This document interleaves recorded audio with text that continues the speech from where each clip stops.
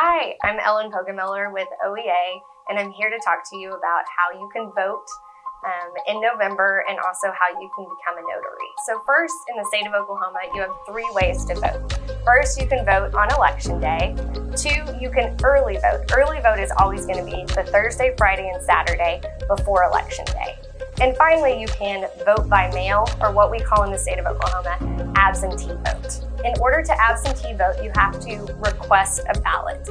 You do this by going to the Oklahoma State Election Board's website and you request a ballot. If you don't want to go to the website, you can also go to your county election board and fill out the form there. Absentee ballots are mailed out to you by your county election board, and actually ballots have already begun to be mailed out. When you get your absentee ballot, you'll have your envelope, 2 envelopes, and the actual ballot. So the first thing you want to do is just complete the ballot, and then you'll put it into an envelope that you have to get either notarized, or you can put your ID or voter mail card in there, and then you'll seal that up and then put it in the envelope that you either mail or hand deliver to your county election board. If you're going to mail it in, make sure it has 2 stamps, just to be sure. It's a little bit weighted, so make sure that you get it all the way to your election board. A cool feature about voting by mail is if you go online, you can go to the Oklahoma voter portal.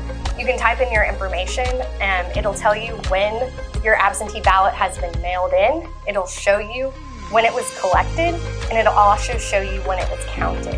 So I like that process for myself. I vote by mail, and so I can just log in, Ellen Pogemiller, and just check that my vote has made it to the finish line. Another important part of this election season is becoming a notary. As we discussed, in order to turn in an absentee ballot, you have to either have an ID, your voter ID or your driver's license, or you can have your ballot notarized. In order to become a notary in the state of Oklahoma, you have to be at least 18 years old, a citizen of the United States. You have to be a legal resident in Oklahoma, or you can live out of state and work in the state of Oklahoma. And you also cannot have been convicted of a felony crime.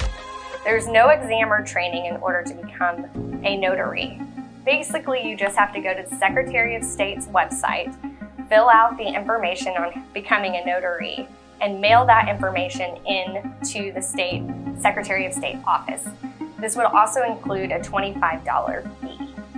Once you become a notary, you can notarize documents, ballots, for up to 4 years. The only requirement after you receive your notary is that you have to either have a stamp or an embossed seal. That is an additional cost to becoming a notary.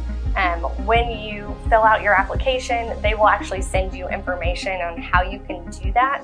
I just did it online right then, and then was sent all of the information that I need in order to become a full notary. The Secretary of State's office will also send you information with your validated notary card and information on being bonded. It's called a surety bond, and it's actually an important part of the notary process.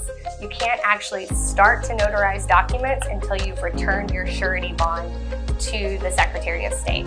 That will cost you an additional $10. For me personally, becoming a notary costs $125, but it will last for 4 years, and it allows me the opportunity to notarize ballots for an additional 4 years. There's only one little caveat. Unfortunately, in the state of Oklahoma, when you are a notary, you are only allowed to notarize 20 ballots. There is a caveat in the sense that you can write a waiver to your county election board.